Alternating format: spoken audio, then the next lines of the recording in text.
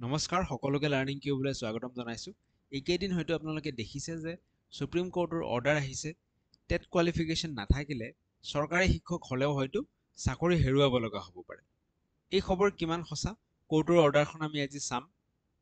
লগতে কি কৰিবলগীয়া থাকিব যদিহে আমি এজন চৰকাৰী শিক্ষক কিন্তু আমাৰ টেট কোৱালিফিকেশ্যন নাই।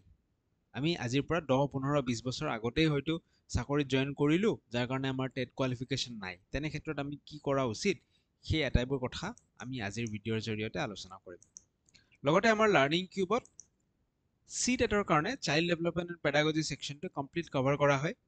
কোৰ্চ এটা আছে, বিশেষ কোৰ্চ আমি আৰম্ভ কৰিছোঁ। তাত ভিডিঅ' লেকচাৰ্ছ থাকে, গোটেই চিলেবাছ কভাৰ কৰি লগত practice question, previous year question থাকিব। এই কোৰ্চটো আপোনালোকে চাব পাৰে বা ল'ব পাৰে। তো আৰম্ভ কৰিছোঁ আজিৰ মূল যিটো ভিডিঅ'ৰ টপিক সেয়া হৈছে যে কোৰ্টৰ অৰ্ডাৰখনলৈকে আমি ডাইৰেক্টলি আহি গৈছোঁ যে কোৰ্টৰ অৰ্ডাৰখনে কি কয়, চাকৰি হেৰুৱাব লগা হ'ব নেকি, সেই বিষয়ে আমি আহিছোঁ। এইখন দেখিবলৈ পাইছোঁ কোৰ্টৰ অৰ্ডাৰখন। চ' ইয়াত আমি ডাইৰেক্টলি আমাৰ যিটো ৰেলেভেণ্ট পেজ, শেষৰ যিটো পেজ 110টা পেজৰ এইটো অৰ্ডাৰটো, তাৰে আমি একদম শেষৰ পেজটোলৈকে আহি গৈছোঁ। ঠিক আছে, শেষৰ পেজটোলৈকে আহি গৈছোঁ। আমি চাওঁ যে কেতিয়া অৰ্ডাৰখন চাইন হৈছে। ইয়াত দেখিবলৈ পাইছোঁ নিউ দিল্লী ছেপ্টেম্বৰ 01, 1 ছেপ্টেম্বৰত কোৰ্টৰ অৰ্ডাৰখন চাইন হৈছে। গতিকে একেবাৰে ৰিচেণ্ট অৰ্ডাৰ। অৰ্ডাৰখনত কি কথা লিখা আছে সেই বিষয়ে আমি অলপমান চাওঁ।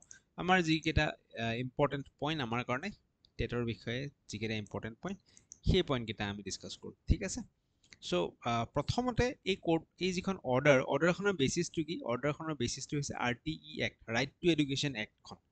এতিয়া ৰাইট টু এডুকেশ্যন এক্টখনৰ টেটৰ কনচেপ্টটো আহিছিল। গতিকে ৰাইট টু এডুকেশ্যন এক্টখনতে কোৱা আছে যে টিচাৰ হ'ব লাগিলে টেট কোৱালিফাইড হ'ব লাগিব। ঠিক আছে, তো সেইটোৰ ইমপ্লিমেণ্টেশ্যনৰ ওপৰত এই অৰ্ডাৰটো আহিছে। তো সেইকাৰণে কোৰ্টে ক্লিয়াৰলি এটা কথা কৈছে যে কি কৈছে, logically it would follow that in-service teachers would also be required to qualify the TET to continue in service. আমি সাধাৰণতে কি বুলি বুজো যে যিসকলে নতুনকৈ চাকৰিত জইন কৰিব তেওঁলোকে টেট পাছ কৰি উঠি চাকৰিত জইন কৰিব, সেইটো আমি ভাবোঁ। কিন্তু এইখনত কৈ দিছে যে RTE এক্টখনৰ মতে লজিকেলি এইটো হ'ব লাগে যিসকল ইন চাৰ্ভিচ টিচাৰ, অলৰেডি যিসকলে এংগেজ হৈ আছে, টেটৰ কনচেপ্ট অহাৰ আগৰ পৰাই যিসকলে এংগেজ হৈ আছে তেওঁলোকেও টেট কোৱালিফাই কৰাটো জৰুৰী বুলি কৈছে। ঠিক আছে, লগতে অলপমান হিউমেনিটেৰিয়ান গ্ৰাউণ্ড এটা ৰাখিছে তেওঁলোকে। গ্ৰাউণ্ডটো ৰাখি পেলাই তেওঁলোকে কি কৈছে সেয়াও আমি চাওঁ। তেওঁলোকে কৈছে যে মেইন পইণ্টলৈকে আমি যাওঁ। গোটেইখিনি তেওঁলোকে ক'লে, কাহিনী এটা ক'লে যে এইটো নহয় যে যিসকলৰ টেট নাই কিন্তু আগৰ টিচাৰ তেওঁলোক বেয়া, সেইটো নহয়, যে তেওঁলোকৰ ষ্টুডেণ্টখিনিও বহুত শ্বাইন কৰিছে, জীৱনত আগুৱাই গৈছে। চ' সেই কথাখিনি পাতনি এটা মেলি পেলাই তেওঁলোকে এটা হিউমেনিটেৰিয়ান গ্ৰাউণ্ড এটা ৰাখিছে। গ্ৰাউণ্ডটো ৰাখি পেলাই তেওঁলোকে কি কৈছে যে teachers who have less than 5 years of service as on date may continue service till they attain the age of superannuation. ঠিক আছে, চ' যিসকলৰ চাকৰি এতিয়ালৈকে 5 বছৰ বা তাতকৈ কম আছে, আজি 2025 চন, কোনোবাই যদি 2027ত ৰিটায়াৰমেণ্ট আছে, কাৰোবাৰ যদি 2028ত আছে, 29ত আছে, তেওঁলোকে উইদাউট কোৱালিফাইং টেট তেওঁলোকে কি কৰিব পাৰিব, কণ্টিনিউ কৰিব পাৰিব। ঠিক আছে, however they shall not be entitle for promotion. কিন্তু তেওঁলোকে যদি ভাবি থৈছে যে হেড টিচাৰ হ'ব, ঠিক আছে, সেই হেড টিচাৰ হোৱাৰ কাৰণে তেওঁলোকে প্ৰমোশ্যনৰ ক্ষেত্ৰত কিন্তু তেওঁলোকক কনচিডাৰ কৰা নহ'ব। চাকৰি কৰি থাকিব পাৰিব, যদি 5 বছৰতকৈ কম আছে ৰিটায়াৰমেণ্টলৈ চাকৰি কৰি থাকিব লাগিব, তেওঁলোকে টেট কোৱালিফাই নকৰিলেও হ'ব, কিন্তু প্ৰমোশ্যনৰ কাৰণে এপ্লিকেবল নহ'ব, সেইটো কথা কৈ দিছে। চ' বেচিকেলি প্ৰমোশ্যনৰ আমি বহুত সেইটো এংগল দি নাচাওঁ অসমত, কাৰণ টিচাৰৰ ক্ষেত্ৰত ইমান স্ক'প নাই, আমি গম পাওঁ। কথা চলি আছে, হয়তো ছিনিয়ৰ টিচাৰ এনেকৈ দিব পাৰে বা দিয়া উচিতো। ঠিক আছে, বাট ষ্টিল আমি ইমান এটা নাচাওঁ এই দিশটোৰ প্ৰতি।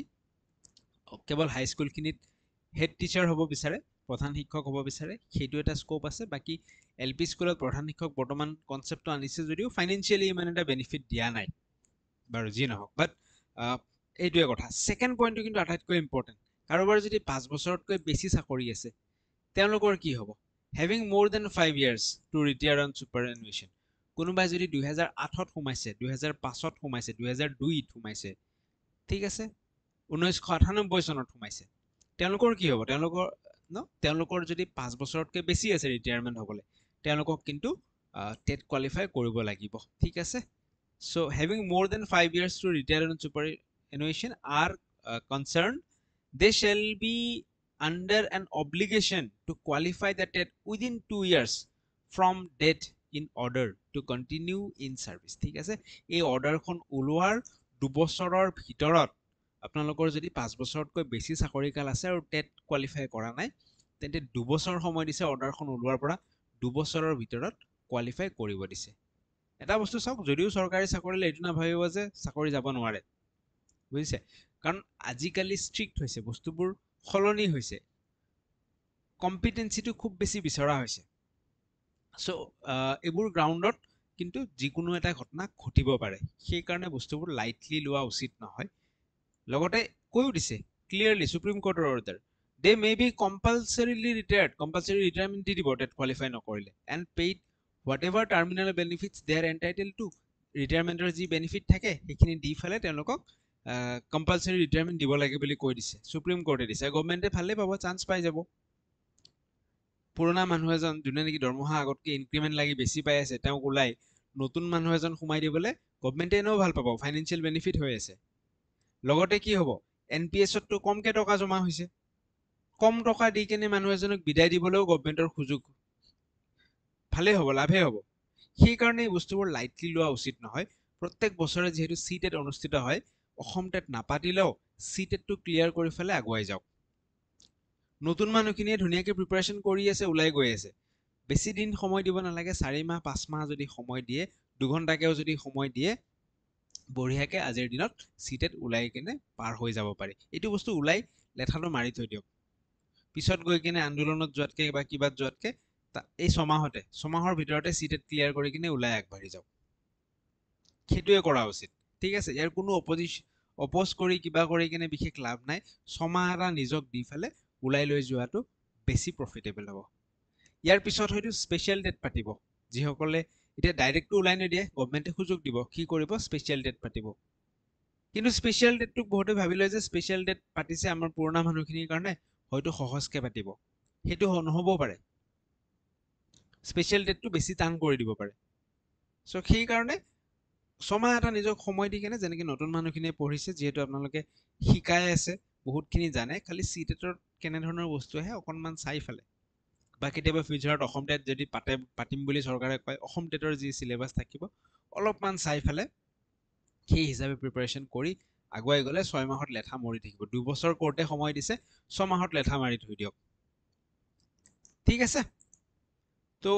এইখিনি কথা আছিল অকণমান আমাৰ বেটছটোৰ কথা কৈ দিছোঁ চ' আমি প্ৰতিষ্ঠা বেটছ আৰম্ভ কৰিছোঁ সি টেটৰ চাইল্ড ডেভেলপমেণ্ট এণ্ড পেডাগজি ছেকশ্যনটো কমপ্লিট কভাৰ কৰা হ'ব অকণমান ছ'চিয়েল চায়েন্স নিজে পঢ়ি ল'ব NCERTৰ পৰা কৈছোঁৱে আৰম্ভণিতে সম্পূৰ্ণ চিলেবাছটো ভিডিঅ' কৰ্চৰ জৰিয়তে প্ৰেক্টিছ কুৱেশ্যন থাকিব প্ৰিভিয়াছ ইয়াৰসমূহ আমি চাম তো নতুন মানুহখিনিয়ে পঢ়িবলৈ আৰম্ভ কৰিছে ভালে সংখ্যক ষ্টুডেণ্ট জইন কৰিছে কোনোবা যদি আপোনালোকৰ আছে যিসকলে অকণমান আগৰ টিচাৰ হিচাপে কৰি আছে কিন্তু টেট কোৱালিফাই কৰা নাই জইন কৰিব পাৰে আপোনালোকৰ আৰু সহজে হ'ব কাৰণ যিহেতু ইতিমধ্যে পঢ়াই আছে বিভিন্ন ধৰণৰ হয়তো ট্ৰেইনিঙো লাভ কৰিছে একো টান নহয় খুব সহজে এটা অকণমান যদি ৰাস্তাটো দেখুৱাই দিয়া হয় সহজে ওলাই যাব পাৰিব লাৰ্ণিং কিউব এপৰ লিংক থাকিব ডেছক্ৰিপশ্যন আৰু কমেণ্টত তাতে গৈ ডাউনলোড কৰি আপোনালোকে কোৰ্চ জইন কৰিব পাৰে নতুবা